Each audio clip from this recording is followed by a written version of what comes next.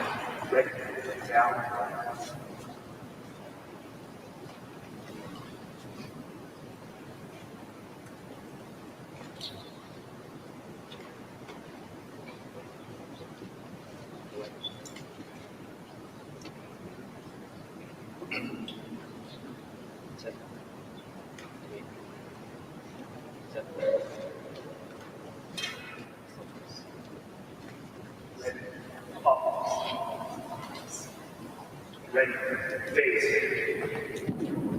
Full forward,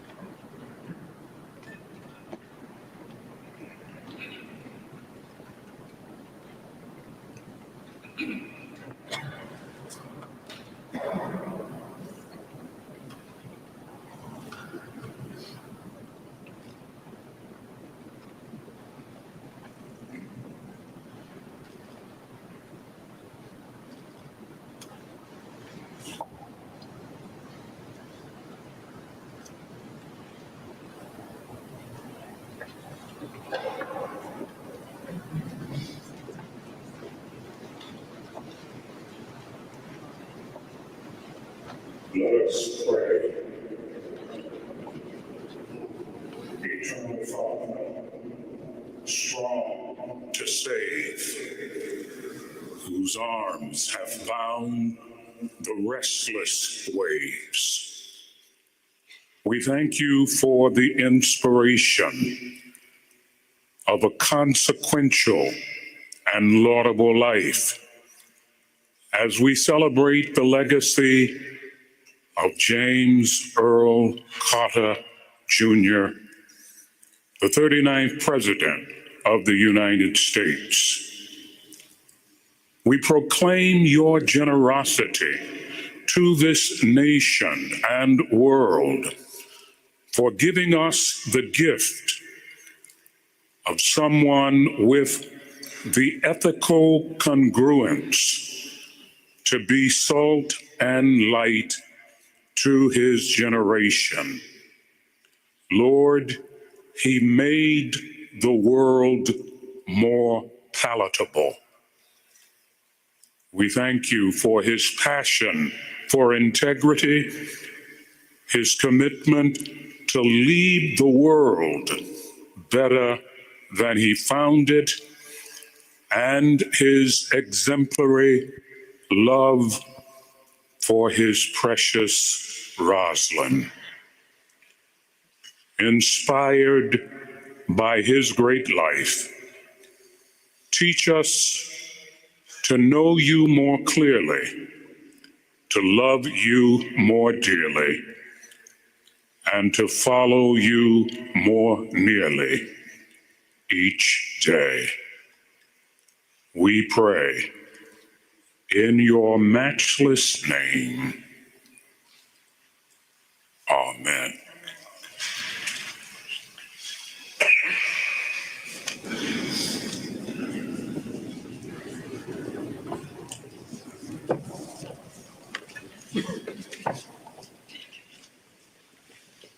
Madam Vice President, Mr. Speaker, Leader Schumer, Leader Jeffries, Jack, Chip, Jeff, Amy, and other members of the Carter family, and distinguished guests.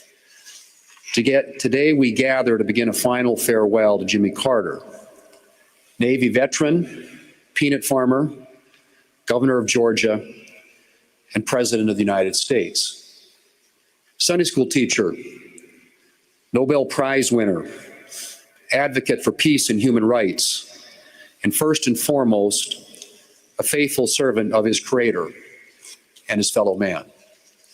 In a commencement speech he delivered at Liberty University back in 2018, President Carter told a story about going on a mission to Massachusetts back in his younger days under the auspices of the Southern Baptist Convention. During that trip, President Carter was impressed by the success of a fellow missionary in winning souls to Christ. And so as the mission was winding down, he asked him what made him so successful. He was a little embarrassed by my question, President Carter recalled, but then he finally said, I try to have two loves in my heart. One love is for God, and the other love I have in my heart is for the person who happens to be in front of me at any particular time. It was a statement President Carter said that he never forgot. And I think it's fair to say that it's also a statement he lived by. President Carter's term as president ended in 1981. And for the remainder of his life, the longest post-presidency of any American president ever, he focused on making the lives of his fellow men better.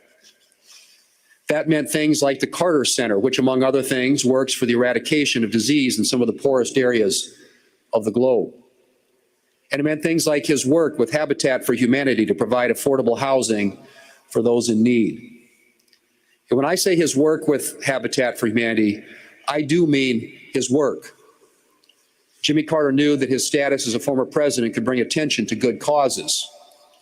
It's why he encouraged Habitat to make use of his name and image.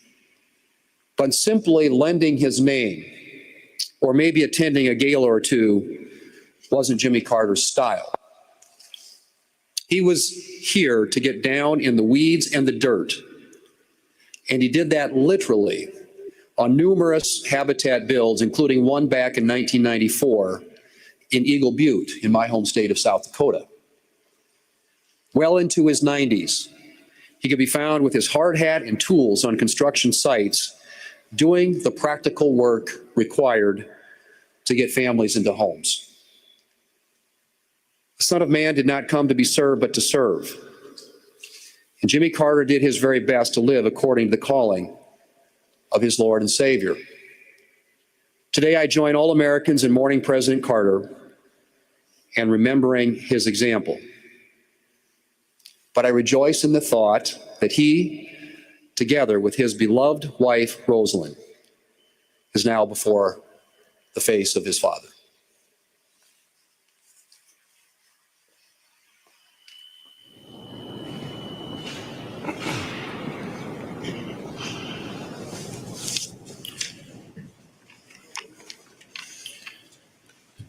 To the family, to Jack and Chip and Jeff and Amy, the entire Carter family, Vice President Harris, members of the cabinet, Leader Thune, my colleagues in Congress, and my fellow citizens.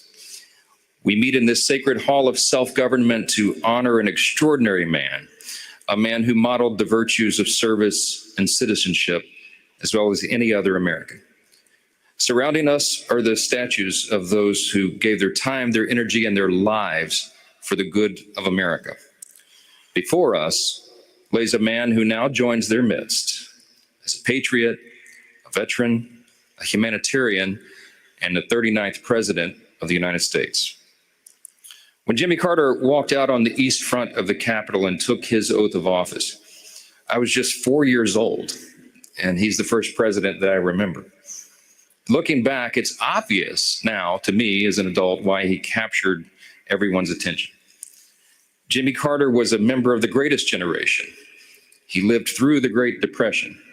He did that on a farm in rural Georgia. He knew the value of a dollar, and he modeled thrift his entire life. As long as he was in office, he hated government waste. His father, an Army veteran of the World War I era, taught patriotism to his children. And eventually his son, this young man from Plains, followed his father's example of self-sacrifice, and he joined the Naval Academy in the middle of World War II. In the Army, Lieutenant Carter learned from the legendary Admiral Rickover to always do his best as he served on the first fleet of nuclear submarines. It's telling that today the USS Jimmy Carter, a top-secret attack submarine, now roams the oceans, bearing the name of the only president who served in such close quarters. President Carter's life, his selfless service, his fight against cancer, and his lasting contributions to his fellow man are all truly remarkable. Whether he was in the White House or in his post-presidential years, as was discussed, President Carter was willing to roll up his own sleeves to serve and get the job done. We all know about his work with Habitat for Humanity, and that was mentioned. And the origin story goes that it was in 1984, when he first became aware of the work. He was in New York for a friend's anniversary. Millard Fuller, the founder of the fledgling charity at the time, called President Carter and asked if he wanted to visit a site in Brooklyn during his trip. President Carter agreed, and he found his way down to the Lower East Side. Standing on the roof of a dilapidated building, he looked out on the wealth of Wall Street to the south and to the power of Midtown Manhattan to the north. And then he looked down and he saw an image he'd never forget. An elderly woman cooking breakfast over an open fire in the rubble of the building, there in the heart of the richest city in the world. The Habitat for Humanity worker that was there with him turned to President Carter and said, if there's anything that you can do, we would take it. He said, if there's anything I can do, let me know. The worker said, well, maybe you can send some volunteer carpenters from your church. It was the very next day that President Carter called Habitat for Humanity and told them he was going to send some carpenters, all right, and that he himself would be one of them. And thus began his famous tradition of donating 1 week every year to build and restore homes for his fellow Americans. It's remarkable to think that one of the 45 men who has served as president and one of the only 13 who held the role in nuclear age would humble himself to such service. We all know that his care for humanity didn't stop at building homes. In the face of illness, President Jimmy Carter brought life-saving medicine. In the face of conflict, he brokered peace. In the face of discrimination, he reminded us that we are all made in the image of God. If you were to ask him why he did it all, he would likely point to his faith. I'm reminded of his admonition to, quote, live our lives as though Christ were coming this afternoon, and of his amazing personal reflection. Quote, if I have one life and one chance to make it count for something. We all agree that he certainly did. So today, in these hallowed halls of our republic, we honor President Carter, his family, and his enduring legacy that he leaves, not only upon this nation, but upon the world.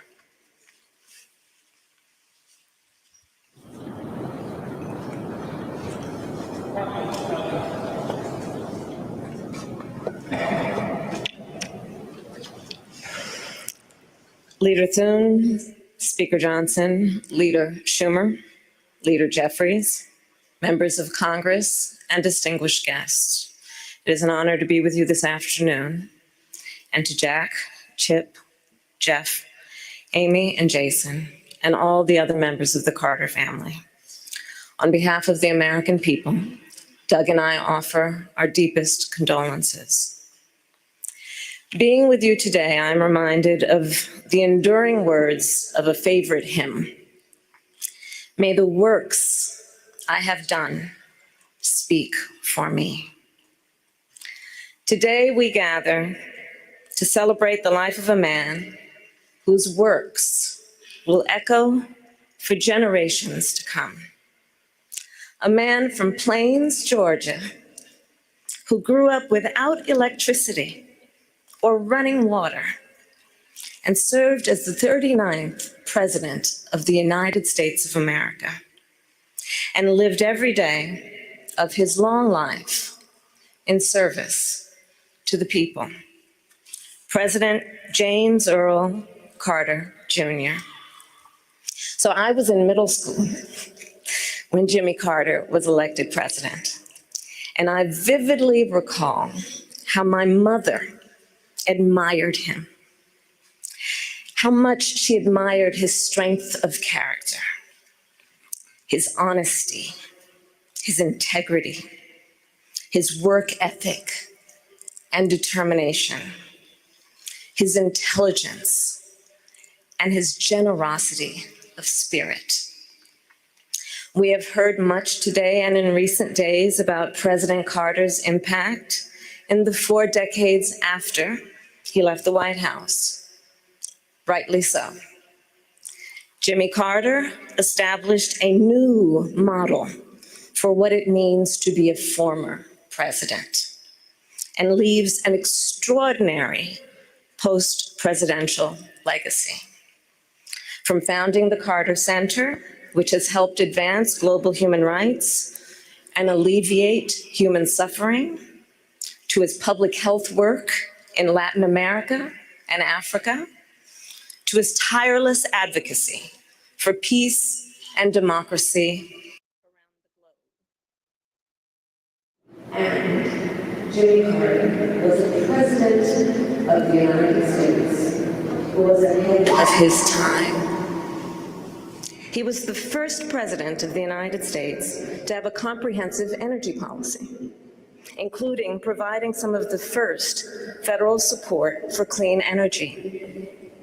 He also passed over a dozen major pieces of legislation regarding environmental protection, and more than doubled the size of America's national parks, including protecting our beloved redwoods in my home state of California. He was a president who, between the years of 1977 and 1981, appointed more Black Americans to the federal bench than all of his predecessors combined, and appointed 5 times as many women. And in the wake of Watergate, Jimmy Carter passed historic ethics legislation to help rebuild America's faith in government. Jimmy Carter, as president, was also a respected global leader. To be sure, the years of his presidency were not without international crises or challenges, but his legacy of global leadership is well established. In Asia, he instituted full diplomatic relations with China, which he would later call one of the most historically significant accomplishments of his presidency. And his legacy lives on in the Middle East because, do recall, in the decades before Jimmy Carter became president, Israel and Egypt had been at war numerous times. Few thought peace could be achieved between them. Yet Jimmy Carter did that. Through his persistence and perseverance, through his unshakable belief in the power of American diplomacy, he secured the Camp David Accords, one of the most significant and durable peace treaties since World War II. And throughout the world, Jimmy Carter elevated the role of human rights in America's foreign policy priorities and uplifted the importance of civil society in doing that work. Jimmy Carter was a forward-looking president with a vision for the future. Consider his establishment of the Department of Energy in 1977, which anticipated the central role it would play in addressing the climate crisis. His creation of FEMA in 1979, which enabled our nation to mobilize a national response to disasters, which has helped countless communities rebuild and recover. And his founding of the Department of Education later that year, which elevated public education institutions and increased national standards for the education of America's children and future leaders. Jimmy Carter was that all too rare example of a gifted man who also walks with humility, modesty, and grace. Recall the stories from the 1976 campaign about how he slept in the homes of his supporters to share a meal with them at their table and to listen to what was on their minds. How on their first trip for Habitat for Humanity, Jimmy and Rosalind rode the bus with the other volunteers. And when the group stopped for the night to stay at a local church, Jimmy and Rosalind gave their private room to a young couple who had put off their honeymoon to join the trip. And with the other volunteers, they then slept on the floor of the church basement. And then, of course, his work to eradicate the vicious guinea worm disease that once disabled millions of people a year. It was one of the Carter Center's greatest triumphs. And Jimmy Carter, of course, given his nature, attributed its success not to his own leadership, but to the thousands of everyday Africans who are on the ground doing the work. Throughout his life and career, Jimmy Carter retained a fundamental decency and humility. James Earl Carter Jr. loved our country. He lived his faith, he served the people, and he left the world better than he found it. And in the end, Jimmy Carter's work and those works speak for him, louder than any tribute we can offer. May his life be a lesson for the ages and a beacon for the future. May God bless President Jimmy Carter, and may God bless the United States of America. Vice President Harris, we have been listening to tributes to former President Jimmy Carter inside the Capitol Rotunda in Washington. Vice President Harris finishing up her eulogy, remembering Mr. Carter as someone who lived every day of his life in service to the public. We also heard eulogies from the top Republicans in Congress, Senate Majority Leader John Thune and House Speaker Mike Johnson as well. This evening, former President Carter will lie in state inside the Capitol, where thousands are expected to pay their final respects. That concludes our coverage. We'll see you a little later on with more tonight on NBC Nightly News. I'm Lester Holt. Good day. Freedom